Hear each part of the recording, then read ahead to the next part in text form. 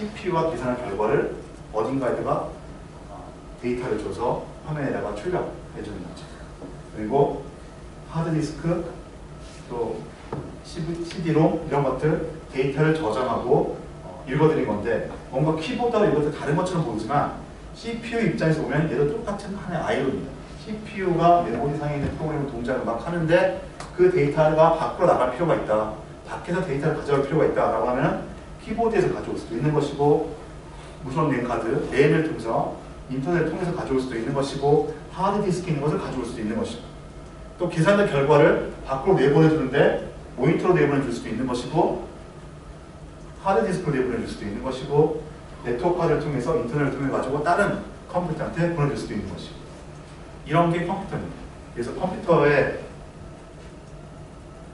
기본은 우리가 여기서 중요한 용어가 하나 나오는데요. 폰 노이만 아키텍처라고 하는 기본 구조를 가지고 있는 것이 컴퓨터입니다. 좀 전까지는 제가 컴퓨터냐 아니냐라고 얘기했을 때 CPU와 메모리가 있고 프로그램을 동작한 거, 이걸 컴퓨터라고 얘기한다 라고 얘기를 이제 했는데, 그것들을 우리가 좀 유식하게 얘기를 하자면 현대 컴퓨터는 폰 노이만 구조 아키텍처에 따라서 구성된 어떤 전자 기기를 우리는 컴퓨터라고 얘기합니다. 그리고 폰 노이만 아키텍처를 이루는 키워드는 CPU와 메모리로 구성되어 있고, 메모리에 저장된 프로그램을 CPU에서 실행시키는 이런 장치를 폰 노이만 아키텍처라고 얘기합니다. 여기서 Central Processing Unit, 이게 CPU가 되는 것이고, 그건 CPU 안에 있는 건데 좀 이따 다시 하죠. 그래서 우리가 도대체 컴퓨터가 뭐냐, 컴퓨터의 기본 구조를 얘기할 때는 언제나 CPU, 메모리다. 그리고 여러분은 실제 PC를 조립하고 PC를 사용하는 입장에서는 이것보다는 훨씬 더 주변에 있는 것들에 관심이 다 많겠지만, 우리가 이렇게 좀 이론적으로 시스템을 이해하는 입장에서, 소프트웨어 엔지니어, 프로그래머 입장에서 시스템을 가장 기본적으로 이해할 때는 CPU와 메모리가 컴퓨터 하드웨어의 99%를 차지한다 라고 해도 과언이 아니게 되겠습니다. 이게 그럼 1%냐? 과장을 한 거고요. 사실 이 아키텍처 수업의 뒷부분, 그 60에서 80% 이게 벗어난 부분에 보면은 컴퓨터 아키텍처인데도 CPU 우리가 공부하고, 메모리 공부하고, 그 다음에 I/O 장치도 공부를 합니다. 그래서 I/O 장치 부분이 있게 되는데, 우리 수업에서는 이제 빼놓게 되는 거죠. 그래서 우리 수업에서는 이 부분을 거의 90% 이상 비중을 두고서 얘기를 하게 됩니다. 그래서 이제 핵심 뭐냐? 우리 프로그램이 이런 구조화되어 있는 컴퓨터 안에 프로그램이 뭔가 들어갈 텐데 도대체 어떤 형태로 들어갈 것인가? 그래서 우리 프로그램은, 나는 프로그램을 작성할 때는 CPU가 뭔지 메모리가 어떻게 생겼는지 모르고 작성을 했는데, 그게 나한테 어떻게 추천화 되어 있는지를 이해하고, 그 다음에 내가 만든 프로그램이 어떤 식의 기계가 이해할 수 있는, CPU가 이해할 수 있는 수준의 기계어 프로그램으로 어셈블리 프로그램에 들어가 있는지를 살펴본 이후에 CPU가 여기 기계어 프로그램을 실행시키는 그 절차와 과정을 살펴보는 것이 아키텍처 수업의 주된 내용이 되겠습니다. 이걸 좀 더 아마 우리 교재에 나온 그림인데요. 요즘 나온 컴퓨터 시스템에 이제 일반화시켜가지고 같은 그림을 계속 얘기를 하고 있는 겁니다. 이거 같은 그림을 계속 얘기하고 있는 건데, 일반화시킨 그림을 이렇게 그렸습니다. CPU가 있고 메모리가 있습니다. 그리고 그 외에 많은 I/O 장치들이 있습니다. 이게 바로 제가 이제 앞으로도 흔히 그냥 심심하면 많이 그리게 될 그림이 바로 이렇게 CPU, 메모리 이렇게 그리고 I/O.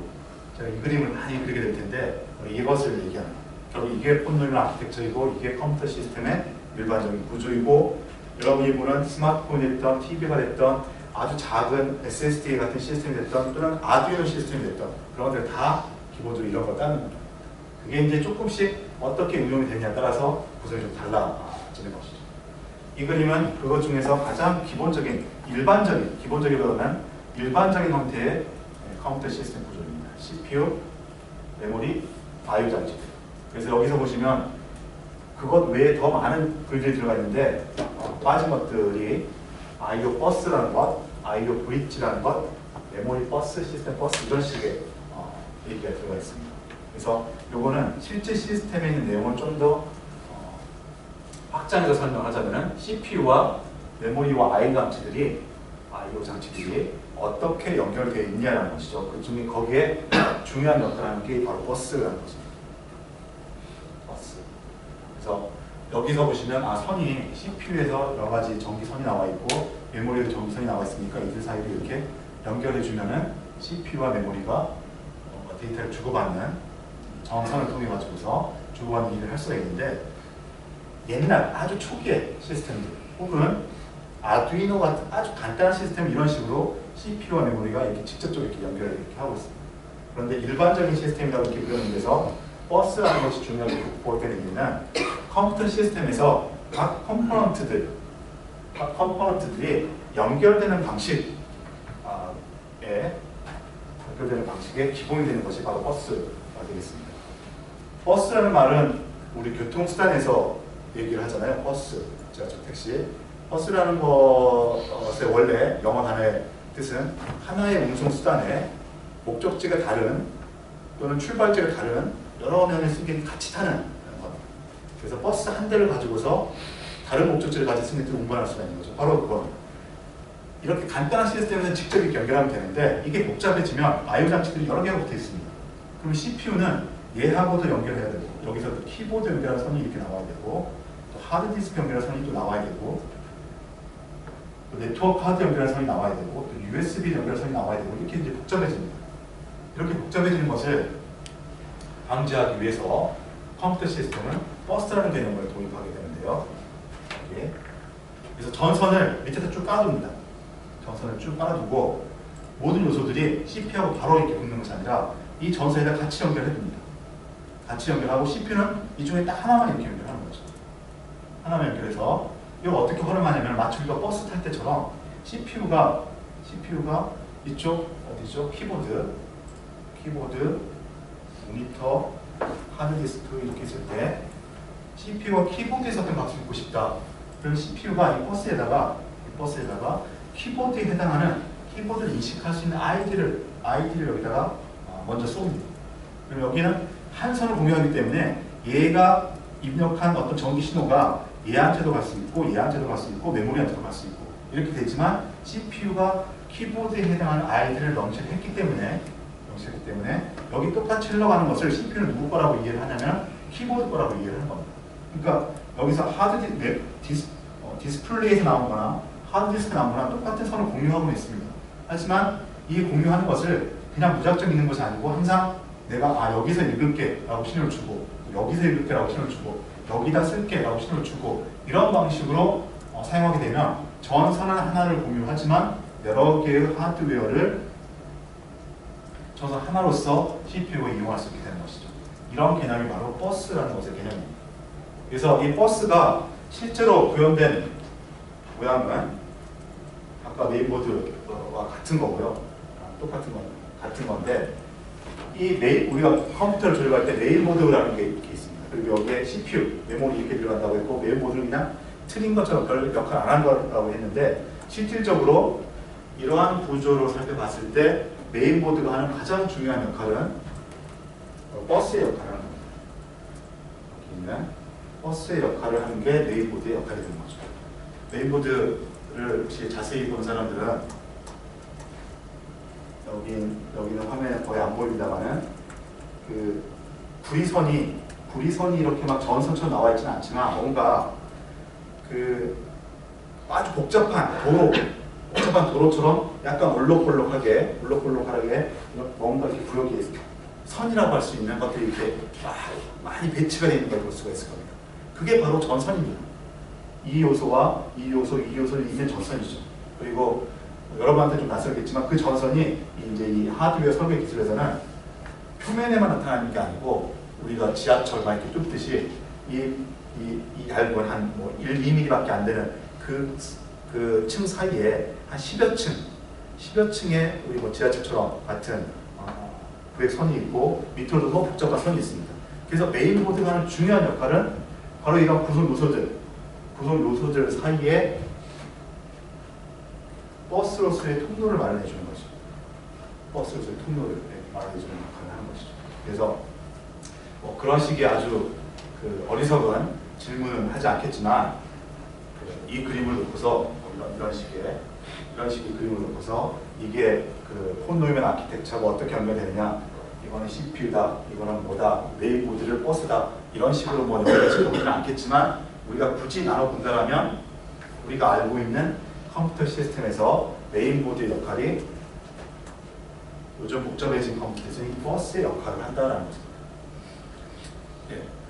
저 버스 위에 실제로 오가는 뭐 신호랄까 데이터랄까 그게요. 물리적으로 그 실체가 뭔가요? 전기입니다. 전기. 그러면 그 버스에서 전기 신호들이 오갈 때요. 어떤 뭐 구리선인지 뭐 금인지 모르겠지만 거기에서 그 전기 흐름을 제어하는 어떤 뭐 유닛이라든가 이런 게 별도로 있나요? 있습니다. 자, 그래서 지금 이런 순간이 되면 제가 참 설명이 좀 힘들어지는데요. 넥스트에서의 어떤 이제 우리 커리큘럼 구성이라든지 공부하는 배경, 또 목적이 하드웨어를 만들어보자라는 목적이 아니기 때문에 이제 우리가 이런 배경이 좀 약해요. 넥스트 학생들이. 사실 지금 이제 얘기를 좀 더 재밌게 풀어나가려면은 그런 전기 회로의 동작 원리, 그것들을 좀 이제 같이 얘기하면서 해야 되는데 딱 단절이 됐잖아요. 그래서 제가 여러분한테 약간은 좀 위험스러운 거짓말 같은 얘기를 막 하는 겁니다. 그냥 전기가 흘러가는 것이고요. 아까 메인보드가 버스라고 얘기했던 거 어디 가운데서 약간 창피한 얘기가 될 수도 있는 것입니다.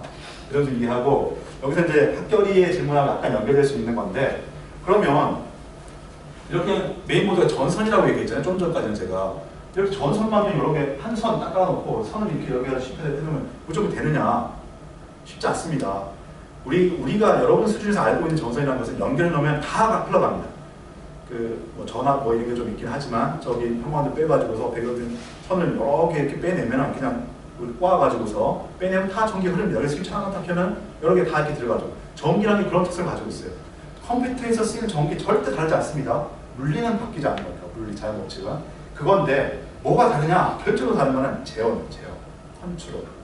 우리가 소프트웨어에서도 이제 컨트롤을 자기가 알고리즘을 잘하는 컨트롤 잘해야 되는 것처럼 결국 우리는 소프트웨어쟁이기 때문에 하드웨어 제어를 어떻게 하는 거 우리는 관심이 없습니다. 앞에서 얘기했던 것처럼 그 하드웨어들이 어떻게 나한테 추상화되어 있는가, 어떤 식으로 이렇게 이용해라라고 나한테 보여지는가, 이걸 이해하는 게 우리는 주 목적이고요. 그런데 이제 좀 아래를 살펴보자면은 이러한 버스들을 그냥 연결시켜주지는 않습니다. 그 중에 대표적인 게 이 브릿지라고 하고 있는 이 구성 요소의 역할입니다. 이것도 절대적이지는 않습니다.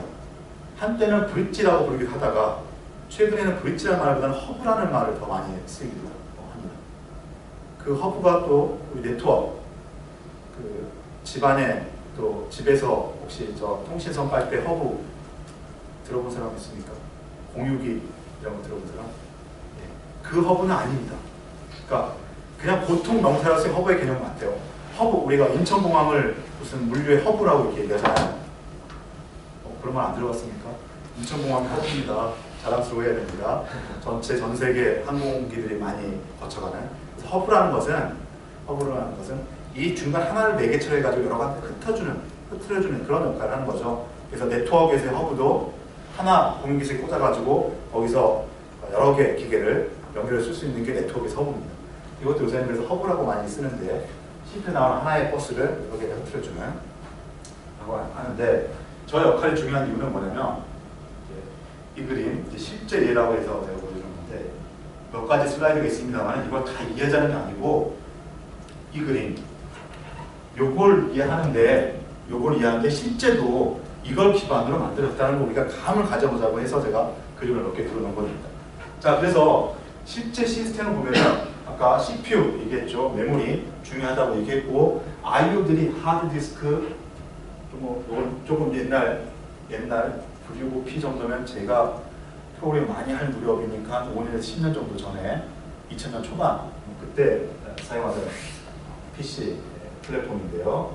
하여튼 이런 플라피 디스크, 또 이 그래픽 카드 붙는 위치, 그다음에 사운드 그 모듈이 붙는 거, 그다음에 투어이 붙는 거 까만바탕에서 안 보입니다만은 이렇게 이제 I/O들이 붙어 있고 CPU, 메모리가 있고, 좀 전에 얘기한 것처럼 그냥 우리가 좀 추상적으로 뭉뚱그려 얘기한다면 메인보드는 그것들을 연결하는 버스의 역할을 한다고 했습니다.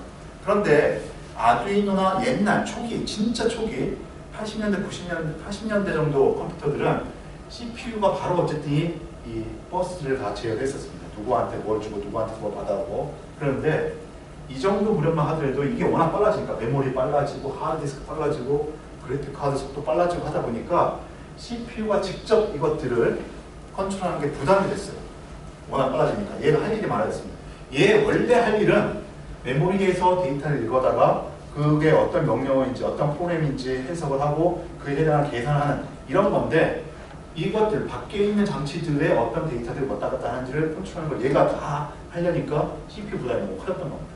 그래서 나온 게 인텔, 뭐 사실 우리 컴퓨터 또 플랫폼은 인텔이 CPU를 만들다 보니까 이 전체 시스템 구성도 인텔이 주도를 하게 됐죠.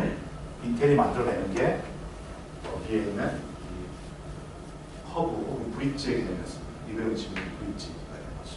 그래서 사실 이것도 어떻게 보면 아주 조그마한 CPU라고 할 수 있습니다.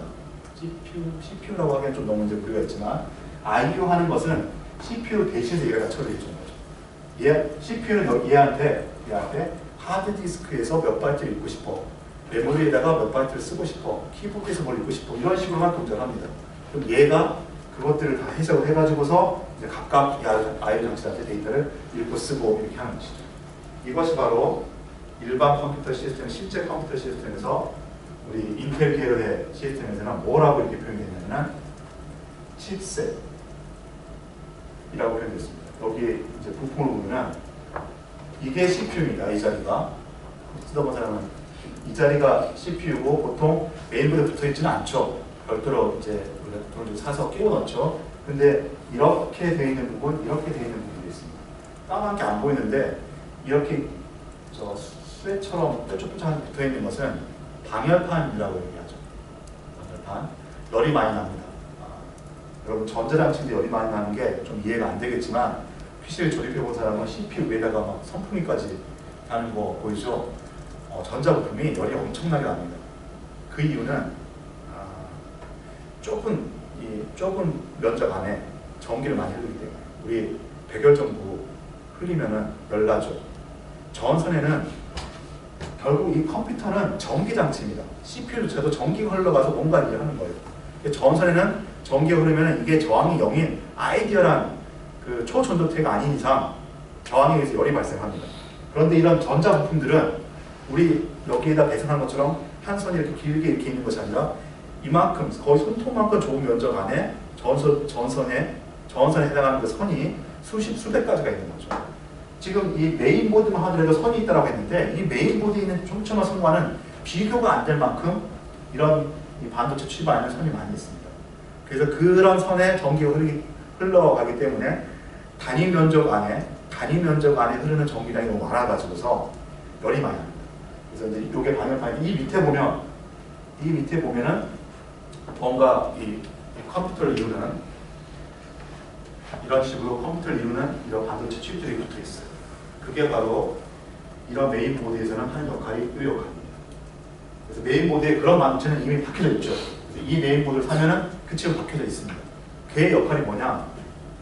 바로 이 I/O 브릿지입니다. 그래서 제가 메인보드는 결국 이 버스의 역할을 한다는 겁니다. 버스 이 부품들을 원활하게 데이터를 주고받을 수 있도록 하는 거고 요즘 컴퓨터에서는 그게 I/O 브릿지라는 별도의 좀 능동적인 부품으로서 구성하고 있는 것이죠.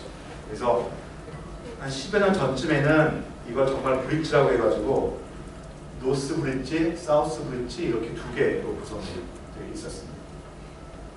혹시 들어본 사람 있나요? 노스 브릿지, 사우스 브릿지. 어떻게 차이가 나는지 알았어요?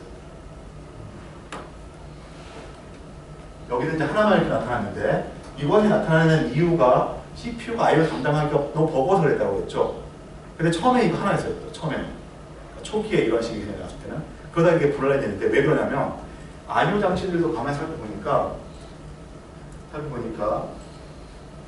데이터를 주고받는 속도가 좀 제각기 달라요. 그래서 메모리 같은 경우 매우 빠르게 주고받습니다. 1초에 몇백 메가바이트를 메모리를 주고받아요. 그런데 키보드 같은 거 혹은 USB 같은 거 이거는 빨라야 1초에 몇십 메가바이트, 몇 100 메가바이트, 몇십 메가바이트 차이 많이 나죠. 또 이 디스플레이 그 카드, 모니터에 대한 거. 여기도 많이 데이터가 무지 빠릅니다. 많은 데이터를 빠르게 줘야 되는 이런 장치. 그러다 보니까 이것들 다양하시다 보니까 처리하는 방식이 똑같은 걸 또 처리해가지고는 또 균일하게 하기가 힘들어졌습니다. 그래서 노스 브릿지하고 이렇게 노스 브릿지, 사우스 브릿지 나눠진 이런 시스템에서는 노스 브릿지는 빠른 거, CPU한테 바로 붙어가지고서 매우 빠른 거. 그래서 여기 그래픽 카드, 이 그래픽 카드에 데이터를 주고받는 것, 이 메모리에다 데이터를 주고받는 것, 이런 거는 노스 브릿지를 통해서 CPU가 연결됩니다. 그리고 하드디스크나 키보드나 USB나 이런 것들은 이 사우스 브릿지를 통해서 데이터를 주고받도록 이렇게 만들었었습니다. 어쨌든 이 구조상으로 보면은 버스를 관장하는 브릿지 역할을 하는 거고요. 이거는 그 인텔 데이터 시트에서 뽑아 나온 건데, 이게 이제 칩셋 PC 아키텍처라고 하는데 전혀 복잡. 가만히 이제는 여러분 방금 한 10여 분 정도 수업도 이걸 이해할 수 있습니다. 이게 칩셋이고 노스 브릿지, 사우스 브릿지. 사실 이때도 이미 허브라는 얘기를 했었어요. 이게 미디어 컨트롤 허브 그러거든요. M이 미디어일 거예요. 미디어 컨트롤 허브. 이거는 I/O 컨트롤 허브. 그래서 뭐 ICH7, ICH8, ICH9 이런 식으로 조금씩 발전이 됐죠. 그러면 여기 복잡하다고 생각되는 것들은 가만히 차분하게 진정을 한번 보세요. 진정을 보면은 우리가 다 알고 있는 것들은 쉬운 것들입니다. USB, 하드디스크, 또 사운드, 또 PCI, 뭐 카드 이런 것들입니다. 또 그래픽 카드, 메모리 이런 것들입니다. 결국 컴퓨터라는 것은 여기 보십시오. 컴퓨터라는 것은 CPU에 메모리가 붙어 있는 것이고, 이 일반적인 컴퓨터를 하다 보니까 메모리도 한 요소처럼 얘기를 하고 있지만 CPU에 메모리가 붙어 있는 것이고, 이것들이 좀 더 복잡하고 현재의 빠른 이런 이제 실제 컴퓨터 하드웨어를 지원하기 위해서는 버스로 다 연결되어 있는데, 그 버스를 제어하는 칩셋이라는 개념으로서 현재 컴퓨터는 운영이 되고 있다는 거죠. 그리고 이 그림은 아마 이제 거의 지금 최근 1, 2년이 안 된 그런 메인보드의 구성입니다. 여기 보시면 기본적인 구성은 그래서 똑같아요. 이제 여러분이 PC 조립에 관심이 있다라면 그 정도는 할 수 있을 텐데, PC가 계속 바뀌고 있지만, 몇십 년째 바뀌고 있지만 사실 기본 구성은 똑같습니다. CPU, 메모리, 다양한 아이오드 좀 더 늘어나죠. 이제 옛날 거보다 지금은 조금씩 더 늘어나는데, 이것들 기본 구조는 거의 같습니다. 그러면서 이 버스를 관장하는 사실 칩셋이 계속 변하거든요. 칩셋이 기능적으로 보면, 성능적으로 보면 CPU가 가장 많이 변했죠. CPU가 많이 변했는데 기능적으로 보면 이 칩셋이 가장 크게 변하고 있는 겁니다. 여기 보면 칩셋이 하나입니다. 요즘 아마 우리 지금 쓰고 있는 우리 노트북이나 이런 데는 이런 류의 칩셋이 들어있을 텐데, 여기는 약간 이제 그래서 개념은 바뀌었어요. 이런 식으로 그림을 표현하고 있습니다만, CPU가 있고 이쪽 메모리, DDR 어쩌고 하는 이런 메모리가 있는 게 컴퓨터 시스템입니다. 그리고 많은 오디오, 하드디스크, 이거는 스토리지, 레이드 스토리지네요. 그 다음에 USB, PCI 익스프레스, 디스플레이, 그래픽, 네트워크, 이름이 좀 뭐 낯설긴 하지만 대부분 그런 I/O 장치입니다. CPU와 메모리에 I/O 장치 붙어 있는데 빠르고 복잡하니까 브릿지 칩이 보통 하나 더 쓴다고 했죠. 근데 아까는 또 그 칩들도 성능이 좀 차별되어 있으니까 노스 브릿지와 I/O 컨트롤, 사우스 브릿지로 나눴었는데, 요즘 나온 것들은 하나로 만들고 있습니다. 칩셋을. 그 이유는 CPU가, 요즘 나온 인텔 CPU는 CPU가 아닌 게 되어버렸어요. 원래 CPU는 센트럴 프로세싱 유닛 해가지고 프로그램을 읽어서 해석해서 계산하는, 이것이 이제 거의 대부분의 기능이었는데, 요즘 나오는 CPU는 데스크탑에 있는 CPU처럼, 마치 스마트폰에 있는 CPU처럼 CPU가 여러 가지 I/O 역할을 다 해버립니다. 그래서 가장 대표적인 게 요즘 나오는 인텔 CPU는 그래픽 기능을 같이 가지고 있어요. 기능을 가지고 있다는 게 사실 그 그래픽 카드로서 만들었던 것들을 그걸 그대로 그냥 칩 안에 넣은 것입니다. 그러니까 우리 입장에서, 소프트웨어하는 입장에서 하드웨어는 이렇게 그냥 이해를 하세요. 사실 선으로 다 연결하는 겁니다. 전기 선으로. 그러니까 그래픽 카드가 밖에 이렇게 연결돼가지고 아까 PCI 익스프레스 메인보드의 선, 또 노스 브릿지 이렇게 연결됐던 것들을 그냥 뽑아내가지고서 그냥 이 칩 안에다가 그냥 넣어버리는 거예요. 칩 안에다가 선을 그려서 넣어놓은 거예요. 그렇게 바뀐 거죠. 그러면서 그래픽 기능과 메모리 기능만큼은 그냥 CPU가 자체적으로 처리해버리는 거죠. 처음에 했던 것과 좀 상반됐죠. 이게 복잡하니까 이런 게 CPU가 처리하면 복잡하니까 뺐다고 했는데 요즘은 CPU 기능 자체가 워낙 이제 확대되다 보니까 이런 것들, 메모리를 접근하는 것과 그래픽 처리를 하는 것들은 그냥 CPU 안에 집어넣어 버렸습니다. 그러다 보니까 나머지 모든 것들은 하나의 브릿지, I/O, 버스, 컨트롤러를 통해서 다 관리가 되고 있습니다. 그래서 USB조차도 하드디스크조차도 이렇게 다 같이 그려야 되죠. 또 뭐 이 이유 중에 또 하나는 USB나 하드디스크가 좀 무지무지 빨라졌어요. 옛날에는 USB나 이런 것들이 몇십 메가바이트, 이게 뭐 몇백 메가바이트 대신에 그래픽은 거의 1기가바이트 이렇게까지 이제 좀 차이가 많이 났었는데 요즘은 USB조차도 기가바이트, USB 3 이렇게 하면서 기가바이트급으로 다 올라가고 있습니다. 그래서 하나의 칩셋 브릿지로서 구성하고 있습니다. 자, 그래서 실제 얘까지 들어서 얘기를 했지만 사실 그런 노스 브릿지에 있던 것들이 다 CPU로 들어가고 있고 다는 아니에요. 사실 애매해요. 왜 그러냐면 이전에 사우스 브릿지, 노스 브릿지 나왔던 것들은 여기 PCI 익스프레스 이렇게 있잖아요. 이렇게 있는데 그리고 사타가 이쪽에 있고 이렇게 메모리 이렇게 됐는데 이걸로 치면 그러네요. 이 그림으로 치면은 이 노스 브릿지에 있는 것이 CPU 안에 들어가게 된 거죠. 그런데 지금 실제로 이제 동작을 보면은 여기 보면 여기도 PCI 익스프레스가 있고 여기도 PCI 익스프레스가 있어요. 그러니까 PCI 익스프레스 중에 일부는 여기로 CPU 안에 들어가고 일부는 그대로 브릿지에 남겨놨어요. 차이는 속도 차이예요. 그나마 빠른 것들을 CPU에 넣은 거죠. 그렇죠. 그러니까 이거는 PCI 익스프레스라는 것이 보면 바이 뭐 이렇게 됐습니다. 바이 2, 바이 4, 바이 8 뭐 이렇게 됐는데 한 줄이 여러 개. 그러니까 PCI 익스프레스 한 줄이 5기가바이트, 5기가비트 이 속도를 내요. 그런데 이게 8개가 있으면 5기가바이트를 한 번에 전송할 수 있겠죠. 그런 식으로 운영되는 게 PCI입니다. 그래서 아마 여러분 메인 모델 보면 PCI 익스프레스인데 조그맣게 되어 있는 데서 조그맣게 슬롯이 조그맣게 있는 거. 그건 바이 1 또는 바이 2입니다. 선이 한가운데 이제 두가 남아 있는 거고 길게 그래픽 카드 꽂을 수 있는 것처럼 길게 남아 있는 것도 있어요. 그거는 보통 바이 8이나 바이 16입니다. 이렇게 되어 있어요. 그래서 사실 이게 기본 속도의 차이는 없지만 바이 16을 지원하는 거는 바로 그냥 CPU에 바로 붙였다는 거죠. 이렇게 빠르게 되었습니다. 뭐 그렇게 얘기해도 맞을 것 같아요. 옛날 노스 브릿지에서 하던 일들을 CPU 안 집어넣어버리고 사우스 브릿지가 좀 성능이 개선돼가지고 이렇게 하나 만들었다. 그 외장 그래픽 카드가 이 아래를 통하는 거고 내장 그래픽 카드 위에 통하는 건가요? 그것도 선택할 수 있을 거예요. 내가 그래픽 카드 샀는데 그 그래픽 카드가 바이 16을 지원한다.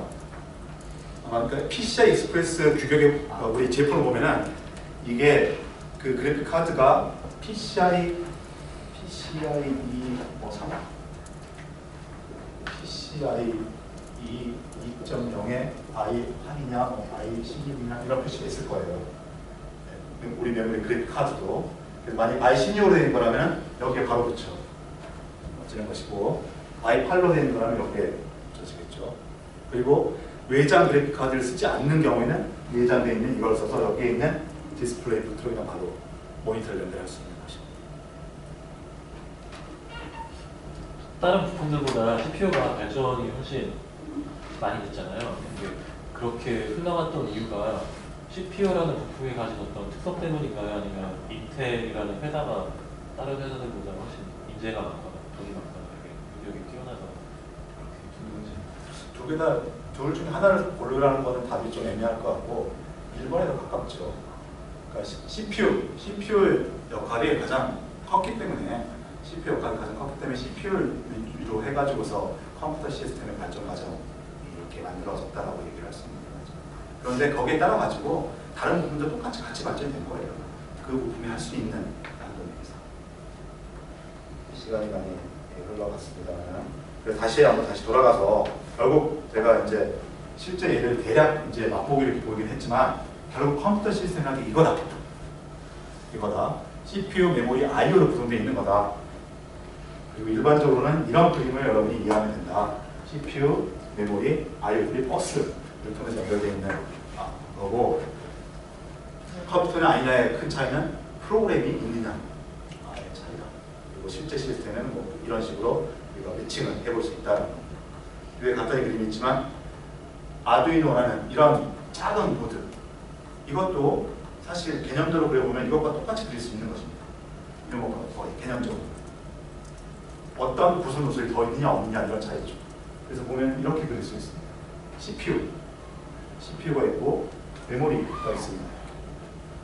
이 그림에 사실 여기 있는데 요거 하나입니다. 사실 요거 하나 안에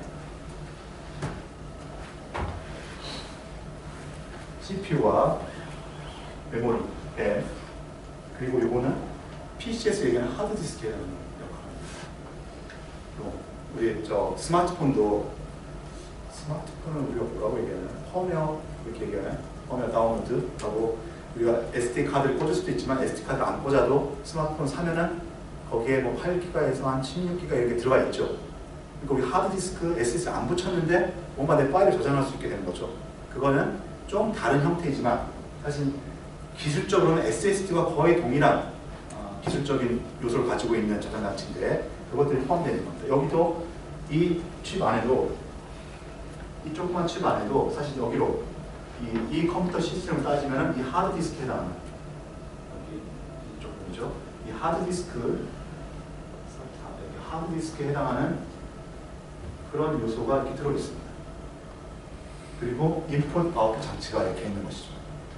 다만 아두이노 같은 간단한 시스템은 인풋, 아웃풋 장치가 앞에서 얘기했던 것처럼 USB, 키보드, 디스플레이, PCI 익스프레스, 뭐 SATA 이런 것들이 있지는 않다는 거죠. 그냥 여러분 이제 대부분 불 켜는 실습 정도를 해봤지만 그냥 전등 하나 켤 수 있는 전선 하나 이 정도로 이렇게 나오는 거죠. 그렇지만 기본 구조는 앞에서 봤던 이런 컴퓨터 시스템 구조를 그대로 따르고 있다는 겁니다. 이런 게 컴퓨터라는 것이죠. 그래서 아두이노도 우리가 뭔가 동작을 시키려면 이 하드디스크에 해당하는 여기다가 프로그램을 올려놓고 이걸 실행하고 싶으면 이것을 로딩을 해서 메모리와 CPU 사이에서 동작을 해야 되는 거죠. 그래서 그 결과가 이 I/O를 통해서 사용자가 데이터를 입력할 수도 있고 그 다음에 결과가 나올 수도 있고. 그런데 이거는 작은 컴퓨터 시스템이기 때문에 이런 작은 컴퓨터 시스템 때문에 나오는 것들이 USB나 무슨 모니터나 막 이런 것들이 아니라 그냥 전선 한 가닥에 나옵니다. 한 가닥에 나와서 우리가 불을 켜느냐 끄느냐 이 정도 작업하는 거죠. 그렇지만 혹시 관심 있는 사람 쭉 봤으면 또 느낄 텐데 이런 것만 있다 하더라도 우리가 프로그램을 어떻게 하냐에 따라서 상당히 많은 일을 할 수 있는 컴퓨터 시스템으로 운영을 할 수가 있는 거죠. 또 다른 컴퓨터 시스템의 예로 이런 게 있습니다. 라즈베리 파이라고 하는 건데요. 라즈베리 파이라고 혹시 한번 들어봤습니까? 여기 모바일 전공한 사람들은 훨씬 더 많이 들어갔을 거고 여기에도 기본적으로 이런 구조가 있습니다. 여기서 그냥 대충 찾아보면 이게 CPU 역할을 합니다. CPU고 이 많은 것들이 다 I/O입니다. 여기는 조금 더 개선이 돼가지고 USB, 이더넷 이런 것도 있어요. 심지어 HDMI, 디스플레이 이런 것도 있습니다. 즉 다시 말하면 이 안에 그래픽 엔진이 그래픽 하드웨어가 들어있는 거죠. 그래픽 코어가, 그래픽 하드웨어가 들어있어서 바로 디스플레이 모니터를 붙일 수가 있다는 겁니다. 라즈베리 파이도 크기는 아두이노와 비슷한 크기지만 그냥 시스템 구성 요소만 좀 다른 거죠. 그리고 여기 안에 앞에서 얘기한 그 구성들이 다 들어있습니다. 단지 이제 일반인들이 보기에는 이것과 아두이노와 PC와 노트북과 뭐 TV에 있는 것과 SS에 있는 것과 이런 게 다 뭔가 다른 것처럼 보이는 게 같은 컴퓨터가 아니라고 보이는 게 포함시키고 포함시키지 않는 이런 것들이 좀 다르기 때문입니다. 여기 안에 예를 들어서 얘 같은 경우는 여기 안에 CPU와 메모리와 그래픽 엔진과 USB 장치 뭐 이런 것들이 다 여기 들어가 버려 있습니다. 아까 메인보드는 여기 메인보드 같은 경우는 훨씬 더 복잡한 일을 하긴 하지만 오디오 역할을 하는 것, 이더넷 역할을 하는 것 이런 것들이 좀 나눠져 있습니다. 이런 칩들이 다른 별도의 칩으로 나눠져 있고 그것을 연결시켜 줄 수 있는 I/O 브릿지만 이렇게 들어가 있는 거죠. 이 시스템은. 그런데 이런 라즈베리 파이에 들어가 있는 이런 칩들은 그런 기능들까지 다 포함되어 있는 거죠. 이 대표적인 게 바로 스마트폰입니다. 그 스마트폰도 기능적으로 우리가 쓰고 있는 PC와 다를 바가 없어요. 더군다나 성능으로 치자면 물론 요즘에 나오는 데스크탑들하고는 많이 다르지만 지금 나와 있는 그냥 우리 많이 쓰고 있는 스마트폰들은 10년 전에 쓰고 있던 이런 PC들보다 10년 전에 쓰던 이런 PC보다 결코 성능이 떨어지지 않습니다. 단지 차이는 여기에서 많은 요소들을 이런 요소들 그리고 사운드하는 거, 이거 USB 컨트롤러 이런 것들을 CPU 안에다가 CPU가 들어가는 데다 같이 또 메모리조차도 CPU 안에 같이 넣어가지고 겉으로 보면은 까만 칩 하나 또 이렇게 만들어 놓은 겁니다. 그래서 결국 우리 소프트웨어 엔지니어 입장에서 컴퓨터는 결국 이런 전선들, 어떤 기능들 전선들 다 연결해 놓은 건데 어떻게 패키징 했냐에 따라 좀 다르게 보일 뿐이라는 겁니다. 그래서 결국은 이거랍니다. 그리고 우리가 이제 궁극적으로 소프트웨어 엔지니어 입장에서 알아요. 컴퓨터 시스템이 도대체 뭐냐라고 하는 거는 이 모양. 이거랍니다. 이렇게 동작하는 컴퓨터 시스템을 우리가 이제 앞으로 어떻게 이용할 것인가를 살펴보는 게 우리 아키텍처 수업의 이제 주된 내용이 되겠습니다. 잠시 쉬었다가